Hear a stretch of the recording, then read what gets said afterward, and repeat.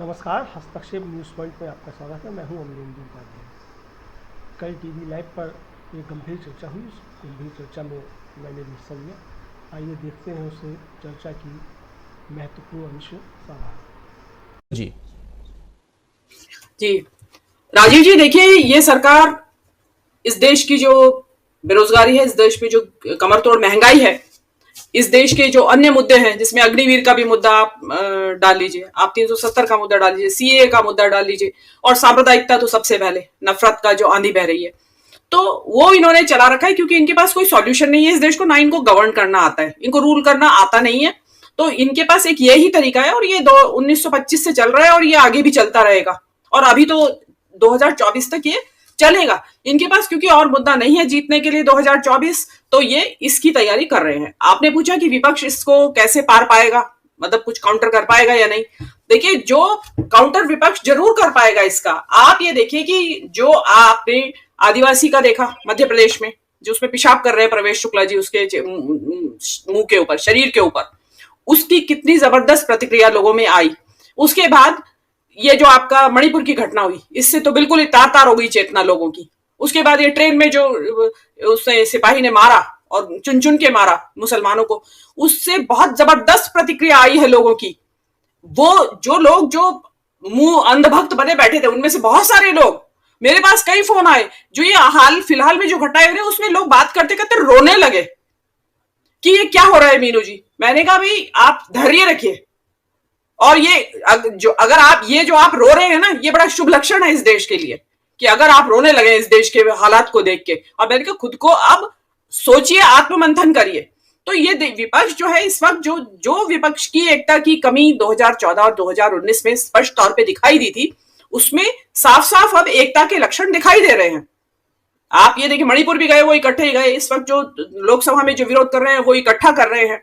हर तरीके से वो लोग अभी तक तो वो इकट्ठे हैं, और यही चीज इनको घबराहट पैदा कर रही है। तो इसमें जो ये घबराहट इनकी जो है, ये जितने घबराएंगे उतना ही ये इस तरह के कामों को अंजाम देंगे। और एक इन्होंने नया पैटर्न और लागू किया है इस बार, ये जो जहां मुस्लिम आबादी जिन राज्यों में ना के बराबर है, बहुत कम है, वहां इन्होंने सांप्रदायिकता का जहर बोना शुरू कर दिया है। आप उत्तराखंड का उदाहरण ले लीजिए, अभी हरियाणा की भी बात करूंगी मैं, उत्तराखंड का उदाहरण ले लीजिए। वहां के मैदानी हिस्से में, हरिद्वार की तरफ, रुड़की की तरफ, वहां कुछ कंसंट्रेशन है मुस्लिम आबादी का। पहाड़ में तो मुस्लिम आबादी ना के बराबर है, बिल्कुल मिनिस्क्यूल। इन्होंने वहां सांप्रदायिकता फैला दी पुरोला में, जिसके वहां पे 40 परिवार भी नहीं है उस पुरोला में, उत्तरकाशी जिले के अंदर। और उन 40 उनको लेके इन्होंने वहां सांप्रदायिकता, वहां विकासनगर में इन्होंने सांप्रदायिक दंगे फैला दिए। ये सारा उधर पहाड़ का ही इलाका है सारा। उसके बाद क्योंकि लेकिन वहां मुस्लिम आबादी कम थी, उसके बावजूद भी आप ये देखिए कि जहां मुस्लिम आबादी का नामो निशान नहीं है, वहां पे यूनिफॉर्म सिविल कोड का मसविदा तैयार हो रहा है। मतलब वहां सबसे पहला राज्य जिसने आयोग बैठा दिया। और मुस्लिम जो यूनिफॉर्म सिविल कोड है, उसमें ऐसा कुछ नहीं है कि हिंदुओं की भलाई का कोई काम है, उसमें महज मुसलमानों को का दानवीकरण, उनकी परंपराओं का या जो उनके सामाजिक रीति रिवाज है उनका मखौल उड़ाना, इसके बहाने की मखौल उड़ेगा और उनको लगता है कि इससे ध्रुवीकरण होगा। ये हुआ। हरियाणा में देखिए आप, 2.5 करोड़ के करीब आबादी बताते हैं, और उसमें से 17 लाख मुसलमान है। ये नूह का इलाका, जिसमें की हाईएस्ट कंसंट्रेशन है, वहां पे आपने हिंदू मुसलमान बना दिया। आपको डर नहीं लग रहा है कि आपके अभी आप G20 करने जा रहे हैं, वहां ये तस्वीर देखेगी, मणिपुर की देख लिया, अब ये देखेगी आपके रेलवे में आपका नाम लेके, मोदी योगी का नाम ले तथाकथित तौर पे जो उस वीडियो में दिखाया जा रहा है, वो नाम लेके आपके नाम पे वहां पे लोगों को मौत के घाट उतारा जा रहा है। नंगा नाच हो रहा है हिंसा का। आप क्या दिखाएंगे विदेश को, जो आपके गेस्ट आएंगे। और ये जो नूह की हिंसा है राजीव जी, मेरा हरियाणा से एक नाता है, और मैंने उस इलाके में, साउथ हरियाणा में बहुत लंबा समय गुजारा है। मैं उस नूह के इलाके की सारी ये जानती हूँ, कल्चरल और टोपोग्राफी और डेमोग्राफी सब कुछ।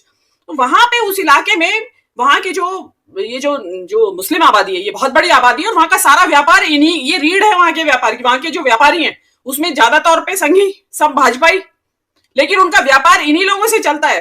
दे cannot afford to fight with Muslims, कि उनको ये बाहर से जो लोग ले जाए गए वहां पे यात्राएं निकालने के लिए, ये उनका काम है, क्योंकि इनको फैलाना है। इसमें राजस्थान का भी एंगल है, क्योंकि राजस्थान का बहुत बड़ा इलाका लगता है जो जहां पे मेवात का इलाका, जो जिसको मेवात रीजन कहते हैं, वो लगता है, तो वहां पे थोड़ा भड़काओ, क्योंकि इससे ज्यादा और क्या कर सकते हैं। तो ये इनका क्या है कि कर्नाटक, यूपी के इलेक्शन हो रहे हैं, कर्नाटक में हिजाब विवाद चला रखा है ताकि यूपी का इलेक्शन प्रभावित हो। इनकी ये भी स्ट्रेटजी रहती है कि जिस राज्य में चुनाव है वहां नहीं करेंगे डायरेक्ट कुछ भी सांप्रदायिक ध्रुवीकरण, दूसरे में करेंगे कि वहां से उसका वेव जो है वो चुनावी राज्य में पहुंचे। तो इनका ये चल रहा है। लेकिन मेरा मानना ऐसा है कि अभी जैसे अभी जाट उसकी बात हो रही है, मेरे पास मैसेज भी आए कि जाटों ने साथ नहीं दिया इनका मेवात में, तो ये बहुत बड़ा शुभ संकेत है कि अंदर से ही विरोध आएगा, तभी कमजोर पड़ेंगे। और वो पढ़ना भी चाहिए, और ये चीजें बहुत लंबी चला नहीं करती, अंत आएगा इन चीजों का। जी राजीव। बिल्कुल बिल्कुल, अंत आएगा इन चीजों। मेरे ख्याल पूर्णेश मोदी गलतफहमी में लिख गए हैं। ये शब्द के सामने राहुल गांधी की जगह नरेंद्र भाई लिख देते तो ज्यादा अच्छा रहता। उनके ऊपर पूरी सटीक बैठती है, घमंडियां, अहंकारियां, आपराधिक इतिहास है, पूरा बिल्कुल सटीक बैठता है। ठीक है, देखिए कल का जो मामला, जो परसों का मामला है, जो मेरी समझ कहती है, मैंने कोई कानून नहीं पढ़ा है, लेकिन जितना पढ़ा, जितना अखबारों के जरिए या अपने ज्ञान अर्जन के जरिए जो मैंने सुना है, समझा है, उसके हिसाब से कल उन्होंने कन्विक्शन पे वो कराई, करने रोक लगवाने की, मतलब सजा पे रोक लगवाने की जो अपील है वो ही जा रही है सुप्रीम कोर्ट तक। जो उनका ट्रायल मैजिस्ट्रेट की कोर्ट में, लोअर मैजिस्ट्रेट की कोर्ट में चला था, लोअर कोर्ट में चला था, उसकी अपील तो उन्होंने यहां कर रखी है सेशन कोर्ट में। तो मेरे हिसाब से सेशन कोर्ट में जब तक वो ट्रायल पूरा नहीं होता और वहां से सजा को दोबारा से कंफर्मेशन नहीं होती, तो कोई राहुल गांधी की गिरफ्तारी होना या ना होना, या सुप्रीम कोर्ट का पक्ष या विपक्ष दोनों भी तरीके से निर्णय आने से इमीडिएट कुछ ऐसा वज्रपात नहीं होने वाला है मेरे हिसाब से। दूसरी बात, लेकिन जो सुप्रीम कोर्ट का निर्णय होगा उसका दूरगामी परिणाम जरूर होंगे। उसमें दोनों स्थितियों में देखिए, राहुल गांधी के पक्ष में फैसला जाता है तो ये समझ लीजिए 2024 का आधा युद्ध जीत लिया विपक्ष ने और कांग्रेस ने खासकर, और कांग्रेस निर्विवाद एक लीडर के रूप में लीड करेगी, जो भी सरकार बनेगी, कोलिशन की बने या जैसे भी बने। और अगर नहीं हो पाता है तो उसमें थोड़ी देर इनकी ट्रोल आर्मी और वो सब हो हा हे हा करेंगे, जैसे उन्होंने राफेल में किया, झूठी मिस रिप्रेजेंटेशन कि देखो दोषी करार दे दिया और ये सजा याफ्ता मुजरिम है, और या ये जो भी कुछ है। लेकिन मुझे इस चीज की उम्मीद कम है। देखिए, राहुल गांधी दोनों स्थितियों में इसमें एक तरीके से उनके पक्ष में है, ये दोनों ही स्थितियां। और राहुल गांधी का देखिए, हम भारत जोड़ो यात्रा की बार बार बात कर रहे हैं, राहुल गांधी की भारत जोड़ो यात्रा अभी भी समाप्त नहीं हुई है, वो किश्तों में चल रही है लगातार। जब से राहुल गांधी जनवरी में खत्म हुई यात्रा, उसके बाद से लगातार वो चले जा रही है। अभी कल ही आपने देखा आजादपुर मंडी गए वो उस जो वीडियो जो एक टीवी चैनल ने दिखाया, ये यूट्यूब चैनल ने दिखाया था, जिसमें कि वो सब्जी वाला बेबसी अपनी जाहिर करते हुए रो पड़ता है, तो उसी से मूव्ड थे राहुल गांधी, और इसीलिए वो एक्चुअली हालात देखने गए थे सब्जी मंडी के। सिंबॉलिक उनकी एक विजिट थी, तो वो अभी तक चल रहा है। और देखिए, राहुल गांधी एक अकेले ऐसे नेता है जो संघ की विचारधारा के ऊपर लगातार हमलावर है। एक अकेले नेता है पूरे विपक्ष में, एक अकेले नेता है जो मणिपुर गए थे सबसे पहले। तो आप जो राहुल गांधी ना चाहते हुए भी, राहुल गांधी को चाहे पद का लालच है या नहीं है, जो मैं मानती हूं, मेरा मानना ऐसा है कि राहुल गांधी को पद का या प्रधानमंत्री बनने का कोई लोभ नहीं है। वो जो कर रहे हैं वो मेरे हिसाब से तो प्रधानमंत्री बनने के लिए नहीं कर रहे हैं, उनका एक जुनून है उनके सिर पे सवार इस वक्त, इस विचारधारा से लड़ना, जो विशाली विषाक्त विचारधारा है। तो वो उसी के ऊपर अपना उनका पूरा फोकस है। और अभी उनका यूथ के ऊपर, जो यूथ कांग्रेस है, यूथ है जो, मतलब जो इस देश का जो जवान है, आपने देखा होगा जिस वीडियो की बात पहले से भी हो रही है कि वो ट्रेन के कूपे में बैठे हुए एक बच्चे लोग, एक मुस्लिम है जो वो अपर बर्थ पे नमाज अदा कर रहे हैं, और नीचे बच्चे लोग उनको परेशान करने के लिए नीचे से हनुमान चालीसा पढ़ रहे हैं। तो जो ऐसी पीढ़ी है, उस पीढ़ी को का दिमाग जो है, जो ब्रेन वॉश इन्होंने कर दिया है, उसको वापस सही जगह पे लाने के लिए राहुल गांधी एनएसयूआई को स्ट्रेंथन कर रहे हैं। अभी आपने कल परसों देखा होगा कि वहां उनका कन्वेंशन हुआ और उसमें खुद राहुल गांधी मौजूद थे, और इसीलिए कन्हैया कुमार को उसका उन्होंने इंचार्ज बनाया। बल्कि जब कन्हैया कुमार को बनाया गया तो ये कहा गया कि देखिए कि कन्हैया कुमार को सही जगह नहीं मिली। मेरे ख्याल से राहुल गांधी ने बिल्कुल सही इस्तेमाल किया है कन्हैया कुमार का। देखिए, कन्हैया कुमार यूथ आइकॉन है और स्टूडेंट पॉलिटिक्स से निकले हैं। जेएनयू में वहां वो प्रेसिडेंट रहे हैं छात्र यूनियन के, और बहुत अच्छे ओरेटर हैं, ज्ञान बहुत ज्यादा है।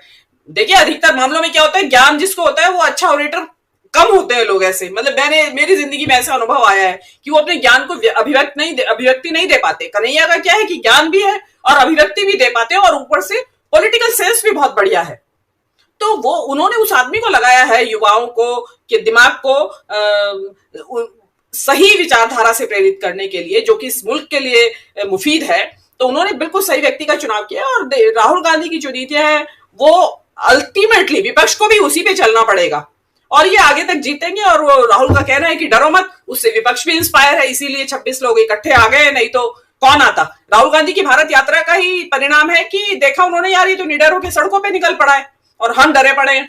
तो उसी का ये नतीजा था कि ये लोग सब साथ आए और अब आगे भी साथ रहेंगे। उनको पता है कि ये लीडर है सामने, जिसको कहते हैं छाती पे गोली झेलने के लिए, ये खड़ा है सामने, ये लड़ेगा हमारी तरफ से। जी राजीव जी। जी प्रशांत जी, कैसे देख